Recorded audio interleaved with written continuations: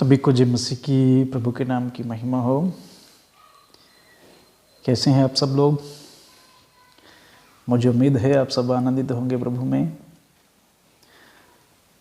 आइए आज के इस शुभ दिन में हम परमेश्वर के वचन से कुछ बातों को देखेंगे। सबसे पहले हम पढ़ेंगे जो शमूएल की पुस्तक, पहला शमूएल, उसका 20 अध्याय, उसका 14 और 15 वचन। पहला शमूएल उसका 20 अध्याय 14 और 15 वचन। क्या लिखा है यहाँ पर? और ना केवल जब तक मैं जीवित रहूं तब तक मुझ पर यहोवा की सी कृपा ऐसे करना कि मैं ना मरूं, परंतु मेरे घराने पर से भी अपनी कृपा दृष्टि कभी ना हटाना, वरन जब यहोवा दाऊद के हर एक शत्रु को पृथ्वी पर से नष्ट कर चुकेगा तब भी ऐसा ना करना। प्रभु के नाम की महिमा। हमने जो वचन पढ़ा, इस वचन के माध्यम से हमने जो पढ़ा वो योनातान और दाऊद की बातचीत है। हमें इस बात को समझना चाहिए। जो लोग नियंत्रण बाइबल को पढ़ते हैं वो इस बात को जानते हैं कि योनातान जो दाऊद का एक मित्र था और शाऊल का पुत्र था, शाऊल जो सबसे पहला राजा था इज़राइल का, और वो शाऊल जो है दाऊद को मारना चाहता था, क्योंकि परमेश्वर ने शाऊल को अस्वीकार किया था राजा के रूप में और दाऊद को अभिषेक किया था राजा के रूप में। इस प्रकार से जब दाऊद की कीर्ति बढ़ी गोलियत को मारने के बाद और शाऊल की कीर्ति कम होगी, तो वे उसका शत्रु होकर उसको मारना चाहता था। और लेकिन योनातान उसका एक अच्छा मित्र था और योनातान ने इस बात को समझ लिया कि दाऊद के अंदर वो योग्यता है, वो एक राजा बनने के योग्य है, और मेरा जो पिताजी है वो व्यर्थ ही उसको मारने के लिए विभिन्न प्रकार की योजनाएं बना रहा है।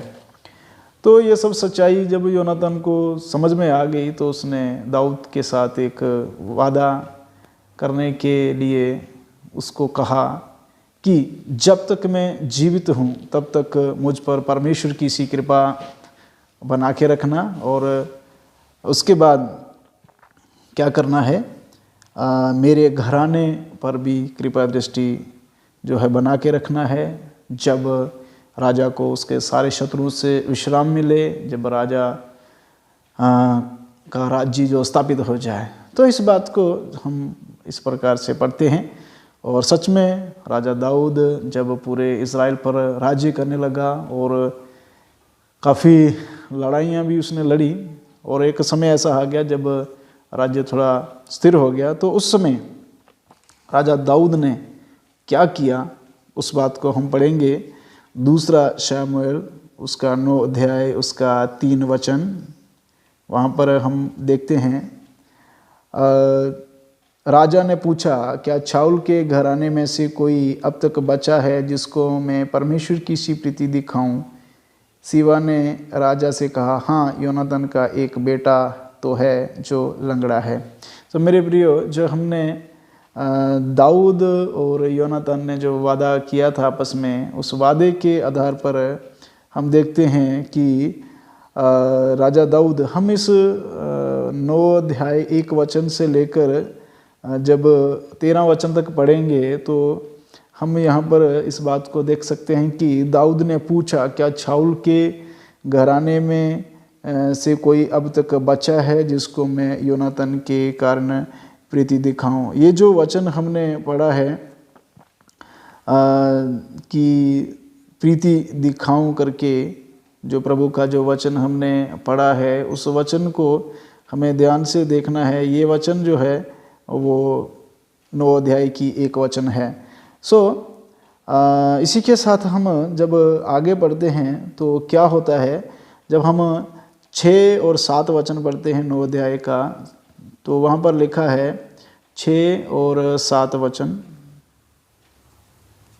जब मपीबोशेत जो योनातान का पुत्र और शाऊल का पोता था दाऊद के पास आया, तब मुंह के बल गिर के दंडवत किया। दाऊद ने कहा, हे मपीबोशेत। उसने कहा, तेरे दास को क्या आ गया? दाऊद ने उससे कहा, मत डर, तेरे पिता योनातान के कारण मैं निश्चय तुझको प्रीति दिखाऊंगा और तेरे दादा शाऊल की सारी भूमि तुझे फेर दूंगा और तू मेरी मेज पर नित्य भोजन किया कर। तो हम क्या पढ़ते हैं यहाँ पर, दाऊद राजा ने इस बात की जांच पड़ताल की कि क्या कोई योनातान के परिवार में कोई है, और योनातान के साथ जो प्रीति थी उस प्रीति को वो दिखाए। दाऊद ने इस बात की जब जांच की, तब मपीबोशेत जो योनातान का पुत्र है, जो शाऊल के घराने का एक कर्मचारी जिसका नाम सीबा था, उसके पास वो रहता था। और सीबा ने ये बात राजा को बताई कि योनातान का एक बेटा तो है लेकिन जो लंगड़ा है। सो इस प्रकार से हम मपीबोशेत का बारे में राजा तक संदेश पहुंचता है शिबा के बारे में, और शिबा के द्वारा। तो मपीबोशेत जब दाऊद के पास आता है, तब दाऊद उसको कहता है कि मैं निश्चय तेरे पिता योनातान के कारण तुझे प्रीति दिखाऊंगा और तेरे जो ज़मीन है तुझे लौटा दूंगा।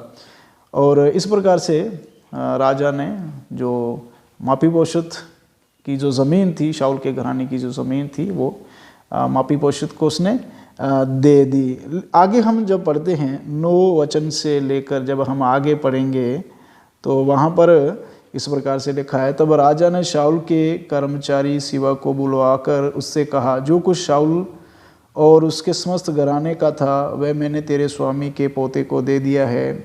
अब से तू अपने बेटों और सेवकों समेत उसकी भूमि पर खेती करके उसकी उपज ले आया करना, कि तेरे स्वामी के पोते को भोजन मिला करे। परंतु तेरे स्वामी का पोता मपीबोशेत मेरी मेज पर नित्य भोजन किया करेगा। सीबा के तो 15 पुत्र और 20 सेवक थे। सीबा ने राजा से कहा, मेरा प्रभु राजा अपने दास को जो जो आज्ञा दे उन सबों के अनुसार तेरा दास करेगा। दाऊद ने कहा, मपीबोशेत राजकुमारों के समान मेरी मेज पर भोजन किया करे। देखिए, जब दाऊद को ये पता चल गया कि मपीबोशेत जो है योनातान का पुत्र है और उसकी ज़मीन उसको वापस दे दी दाऊद ने, राजा ने, तो उसने सीबा जो शाऊल के घराने का एक कर्मचारी था उसको बुलाकर उसको आज्ञा दी कि मपीबोशेत तो मेरे पास रहेगा, लेकिन उसकी जो ज़मीन है उस पर तू जाके खेती बाड़ी कर और अपने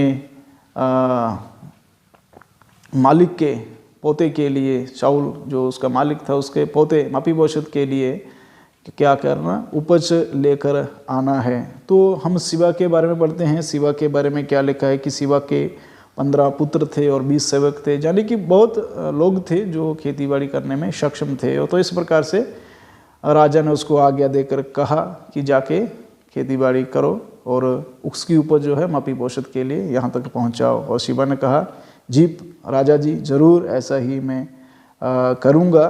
और इस प्रकार से वो उसके पास से चला गया। लेकिन उसके कुछ समय बाद हम जब देखते हैं, कुछ वर्षों के बाद देखते हैं कि राजा दाऊद जो है उसके पुत्र अबशालोम के कारण जो है राजमहल को छोड़कर चला जाता है, क्योंकि अबशालोम राजा बन बैठता है और विद्रोह कर देता है। और जब ऐसा विद्रोह होता है तो राजा जब निकल जाता है तो उस समय सीबा क्या करता है उस बात को हम पढ़ते हैं। पहले राजा को सीबा ने क्या कहा था कि जैसे राजा आपने आज्ञा दी है, मैं ज़रूर खेती बाड़ी करके उसकी उपज जो है वो मपीबोशेत के लिए यहाँ तक पहुँचाऊँगा। लेकिन सच में क्या मपीबोशेत के लिए जो उपज लाने के लिए दावा सीबा ने किया वो सच में उसने पूरा किया है? आइए हम आगे देखते हैं। उस बात को जब हम देखते हैं कि सीबा ने क्या किया जब राजा दाऊद राजमहल से चला गया। 16 अध्याय उसका 1 वचन से लेकर 4 वचन जब हम पढ़ेंगे तो वहाँ पर हमको ये सब देखने को मिलेगा। 16 अध्याय उसका 1 से लेकर 4 वचन क्या लिखा है। दाऊद चोटी पर से थोड़ी दूर बढ़ गया था कि मपीबोशत का कर्मचारी सिबा एक जोड़ी जीन बांधे हुए गधों पर 200 रोटी किशमिश की 100 टिकिया दुबकाल के फल की 100 टिकिया और कुप्पी भर दाख मधु लादे हुए उसे आ मिला। राजा ने सिबा से पूछा, इनसे तेरा क्या प्रयोजन है। सिबा ने कहा, गधे तो राजा के घराने की सवारी के लिए और रोटी और धूपकाल के फल जवानों के खाने के लिए और दाख मधु इसलिए है कि जो कोई जंगल में थक जाए वह उसे पिए। राजा ने पूछा, फिर तेरे स्वामी का बेटा कहाँ है। सिबा ने राजा से कहा, वह तो ये कहकर यरूशलेम में रह गया कि अब इज़राइल का घराना मुझे मेरे पिता का राज्य फेर देगा।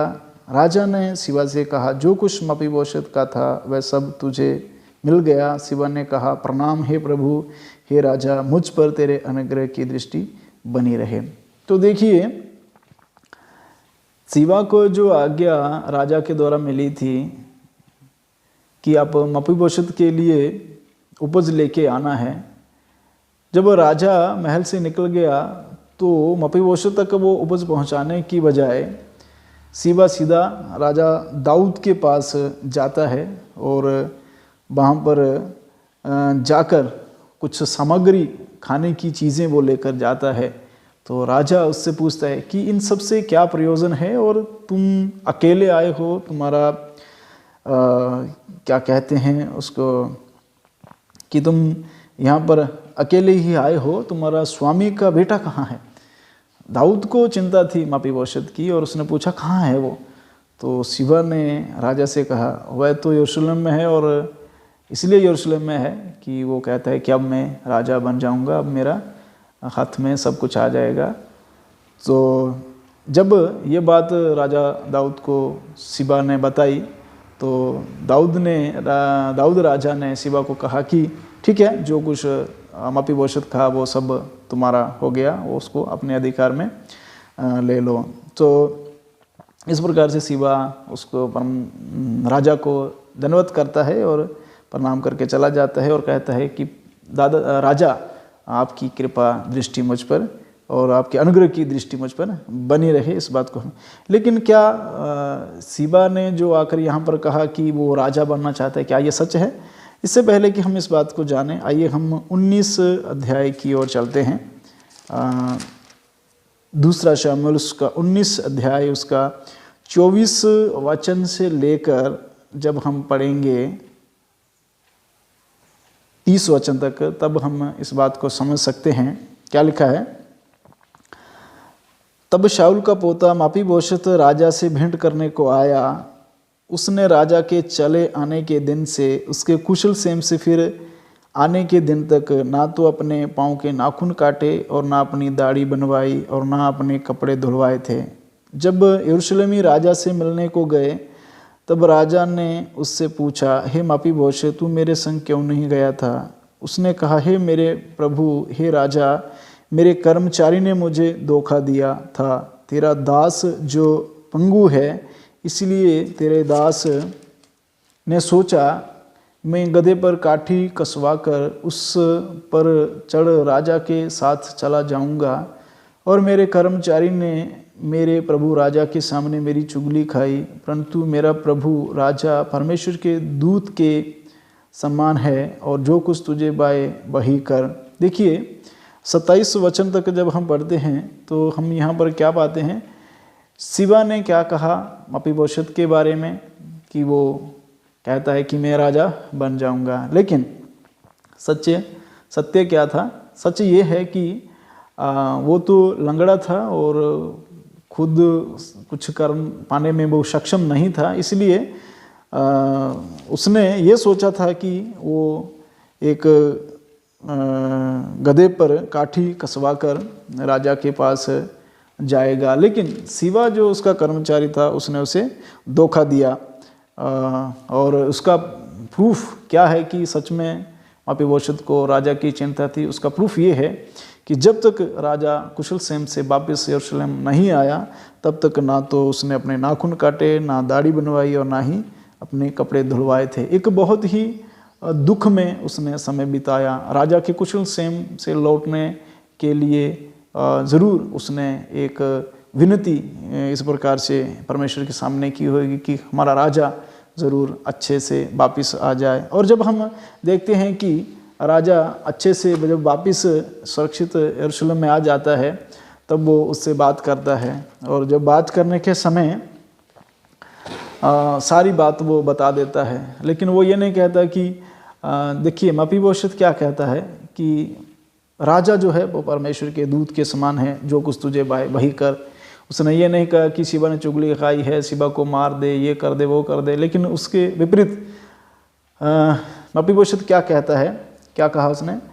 28 वचन जब हम पढ़ते हैं, मेरे पिता का घराना तेरी ओर से प्राण दंड के योग्य था। देखिए ध्यान से पढ़िए इस बात को। 28 वचन जब हम पढ़ते हैं तो ध्यान से इस बात को हमें देखना है। मेरे पिता का समस्त घराना तेरी ओर से प्राण दंड के योग्य था, परंतु तूने अपने दास को अपनी मेज पर खाने वालों में गिना है। मुझे क्या हक है कि मैं राजा की दुहाई दूं? राजा ने उसे कहा, तू अपनी बात की चर्चा क्यों करता रहता है?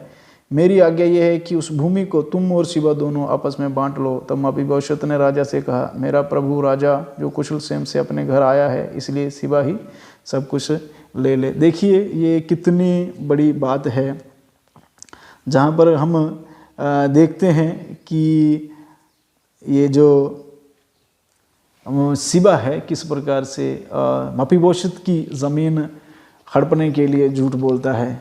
और सच्चाई तो ये है कि मपीबोशत के बारे में उसने जो चुगली खाया वो एकदम गलत थी। मेरे प्रियो, आज बहुत सारे लोग हैं जो दूसरों को जाने बिना ऐसा करते हैं। देखिए सिबा का जो सोच थी वो कैसी थी, और मपीबोशत की सोच में कितना फ़र्क है। और राजा दाऊद एक कैसा व्यक्ति था उसके बारे में हमने देख रहे हैं। लेकिन हम कुछ शब्दों में इस बातों को हम देखेंगे। सबसे पहले हम योनातान और राजा के बारे में बात करते हैं। योनातान और राजा के बीच में जो वाचा उन्होंने बांधी थी, और अपने कुशल क्षेम के समय में राजा ने अपने उस वाचा को पूरा किया है और कृपा दृष्टि की है योनातान के घराने पर।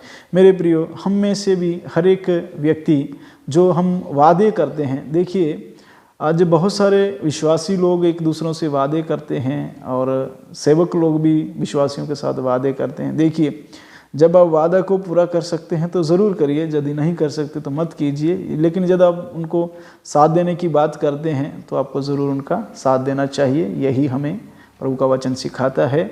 और दूसरी बात हम देखते हैं मपीबोशत और राजा के बारे में।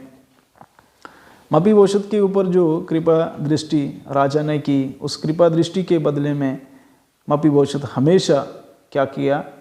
राजा की भलाई ही चाहा। तो इसलिए प्रभु का वचन से हमें ये सीखने को मिलता है कि जो हमें मदद करते हैं, जो हमारी अगुवाई करते हैं, हमें उनके भलाई के लिए ही याचना करनी है। हमें हमेशा उनकी भलाई के लिए ही सोचना है। वो आपको वचन सिखाने वाले आपके मंडली के अध्यक्ष हो सकते हैं, या अन्य कोई प्रभु के दास हो सकते हैं, जिनके द्वारा आपको ये सीखने को मिला। और उससे भी ऊपर जो परमेश्वर है, जो अपनी कृपा दृष्टि हम पर बनाए रखता है, और उसकी कृपा दृष्टि से ही हम सब सुरक्षित हैं, हम सब जीवित हैं।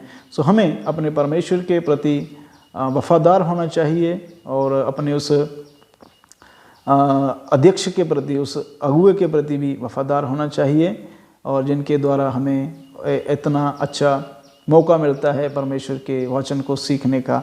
और दूसरी बात इसमें हमें ये सीखने को मिलती है कि हमें अपने परमेश्वर के प्रति भी वफादार होना चाहिए, जिसकी कृपा दृष्टि और अनुग्रह से हम जीवित हैं। परमेश्वर का प्रेम बहुत अधिक है जो उसने हमसे किया है। हमारे लिए अपने इकलौते पुत्र को बलिदान करने वाले हमारे प्रभु को हमें कितना अधिक आदर देना चाहिए। उसके बाद हम सिबा के बारे में पढ़ते हैं। सिबा को राजा ने आदेश दिया, खेतीबाड़ी करके लेकर आओ उसकी उपज को। लेकिन सिबा क्या किया? जब तक राजा यरूशलेम में था तब तो ऐसा किया, लेकिन जैसे ही राजा वहाँ से निकला, सिबा ने एक चालसाजी की और मपीबोशत की ज़मीन को हड़पने की एक योजना बनाई, और उस योजना उसने बनाकर उसकी मपीबोशत की ज़मीन को ले लिया। मेरे प्रियो, आज बहुत सारे लोग शिवा के जैसे हैं जिनको इसलिए रखा है कि वे दूसरों के लिए काम करें। मुझे याद है, मैं एक बात को बताता हूँ कि मैं एक ऐसे व्यक्ति को जानता हूँ जिसको इसलिए काम पर रखा गया था कि वे दूसरों को मदद कर सके और दूसरों के वो काम आ सके, लेकिन वो काम दूसरों के काम आने की बजाय खुद अपने आप को बड़ा बनाया और अधिकारी बन के बैठ गया। आज वो व्यक्ति का हालात बहुत ख़राब है। प्रभु संभाले ऐसे लोगों को जो दूसरों के नाम पर, चाहे वो सेवा में हो, चाहे वो बिजनेस में हो, चाहे कहीं भी क्यों ना हो, दूसरों के नाम पर दूसरों के विरुद्ध चुगली करके अपना पेट भरने वाले लोगों की संख्या की कमी नहीं है मेरे प्रियो। आज ऐसे लोगों की कमी नहीं है जो झूठ बोलते हैं केवल और केवल चंद पैसों के लिए। आज हम जब इस दौर में मसीही जगत में देखते हैं कितने लोग झूठी शिक्षाएं फैलाते हैं। क्या चाहिए उनको इन झूठी शिक्षाओं से? क्या मिलेगा? बस एक ही चीज़, पैसा और संसारिक आशीषें। तो शिवा ने ये सब किया और जब ये सच्चाई राजा दाऊद को मालूम पड़ी कि शिवा ने झूठ बोला है, तब क्या हुआ है। लेकिन हमें इस बात को याद रखना चाहिए कि मपीबोशत ने क्या किया। देखिए,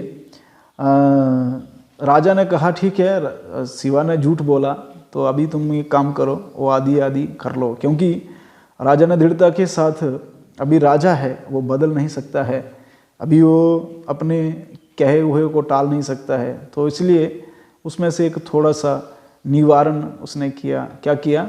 मपीबोशत को कहा तुम और शिवा जो है उस ज़मीन को बांट लो। अभी मैं पूरी रीति से शिवा से उस ज़मीन को नहीं लूँगा, क्योंकि मैंने उसको वो दे दी है उसकी ज़मीन होने के लिए, ये अधिकार मैंने उसको दे दिया।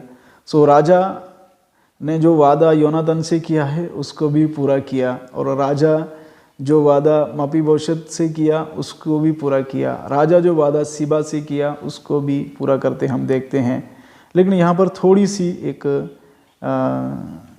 घटी हमको दिखाई देती है कि शिवा को पूरी जगह मिल गई थी। भले उसने धोखा देकर वो ज़मीन प्राप्त की है, लेकिन फिर भी राजा ने उसको वो ज़मीन दी है। लेकिन मपीबोशत क्या करता है? वो कहता है कि मेरा राजा सही सलामत है, इसलिए सब कुछ मपीबोशत दे देता है शिवा को कि शिवा तुम ये सब कुछ, सारी संपत्ति तुम ही ले लो। देखिए, सब कुछ दे दिया मपीबोशत ने शिवा को। मपीबोशत एक बहुत ही अच्छा करैक्टर हम यहाँ पर देखते हैं कि मपीबोशत राजा के प्रति कितना वफादार था, उसकी कुशल सेम के लिए कितना वो वफादार था। उसने क्या कहा? मेरा घराना दंड के योग्य था, लेकिन आपने क्या किया राजा? आपने क्या किया? मुझे अपने मेज़ पर खाने वालों में गिना। मेरे प्रियो, इससे पहले कि मैं इस बात को समाप्त करूं, मैं आपसे कहना चाहता हूं, हम सब भटके हुए भेड़ों के समान थे, हम सब दंड के योग्य थे। परमेश्वर ने हमको बचाया, परमेश्वर ने हमको प्रेम किया, हमारे लिए अपने इकलौते पुत्र को दिया।